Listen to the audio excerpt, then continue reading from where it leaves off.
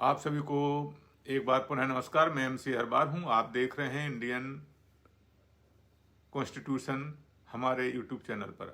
आज हम संविधान के आर्टिकल 42 पर बात करेंगे।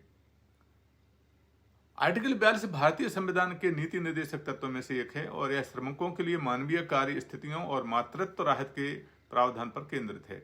इसका उद्देश्य राज्य को यह निर्देश देना है कि वह काम की स्थितियों में सुधार करे और मातृत्व संबंधी सहायता प्रदान करे ताकि श्रमिकों के जीवन को अधिक सुरक्षित और स्वस्थ बनाया जा सके।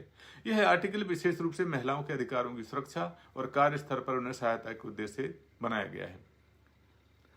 संविधान में आर्टिकल 42 का मूल पाठ यदि हम हिंदी और अंग्रेजी में भी जानना चाहें तो हम उनको जानने की कोशिश करते हैं।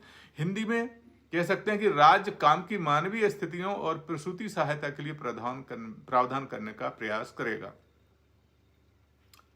The state shall make provision for the securing just and humane condition of the work and for the maternity relief। Article 42 की अगर हम व्याख्या करने की कोशिश करते हैं तो आर्टिकल 42 का उद्देश्य श्रमिकों के कार्य क्षेत्र में सुधार करना और विशेष रूप से महिलाओं को मातृत्व के संबंध में सहायता प्रदान करना है। यह आर्टिकल राज्य को निर्देश देता है कि वह श्रमिकों के लिए उचित और मानवीय कार्य स्थितियां सुनिश्चित करे।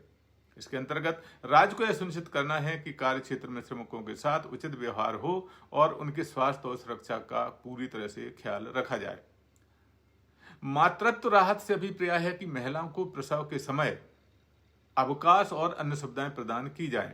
यह प्रावधान महिलाओं के कार्यस्थल पर अधिकारों को सुरक्षित करता है और उन्हें मातृत्व के दौरान वित्तीय और सामाजिक सुरक्षा प्रदान करने का प्रयास भी करता है। आर्टिकल 42 के अंदर सुप्रीम कोर्ट के हम कुछ फैसले की भी स्टडी करते हैं और एक प्रकरण है बंधुआ मुक्ति मोर्चा बनाम भारत संघ। यह 1984 का उच्चतम न्यायालय का फैसला है। इस याचिका में मूल तथ्य यह था कि याचिका में आरोप लगाया गया था कि कई जगहों पर श्रमिकों को अमानवीय और गैर कानूनी स्थितियों में काम करने के लिए मजबूर किया जा रहा था।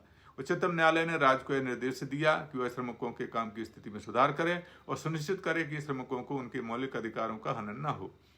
यह आर्टिकल 42 के उद्देश्यों के अनुरूप था जिसमें काम की मानवीय स्थितियों पर जोर दिया गया था।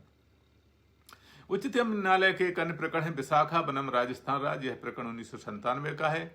इस याचिका में मूल प्रश्न यह था कि क्या कार्यस्थल पर महिलाओं के यौन उत्पीड़न के खिलाफ कुछ कार्रवाई की जा सकती है।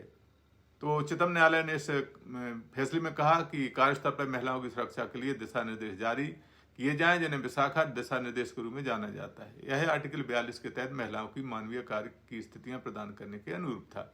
एक अन्य प्रकरण है एयर इंडिया बनाम मिर्जा भसीन 1981 का। यह मूल प्रकरण है। मूल याचिका में यह कहा गया था कि इस मामले में मातृत्व के आधार पर महिला कर्मचारियों के साथ भेदभाव का आरोप लगाया गया था। उच्चतम न्यायालय ने एयर इंडिया को निर्देश दिया कि वह महिलाओं के प्रति भेदभावपूर्ण नीतियों को समाप्त करे और उन्हें मातृत्व अवकाश प्रदान करे। यह आर्टिकल 42 के तहत महिलाओं के लिए मातृत्व राहत सुनिश्चित करने के उद्देश्य से फैसला उच्चतम न्यायालय के द्वारा दिया गया था। तो सारांश में हम इस आर्टिकल 42 के बारे में कह सकते हैं कि भारतीय संविधान का एक बहुत ही महत्वपूर्ण नीति निर्देशक तत्व है जो श्रमिकों के लिए मानवीय कार्य स्थितियों और मातृत्व राहत सुनिश्चित करने का निर्देश देता है।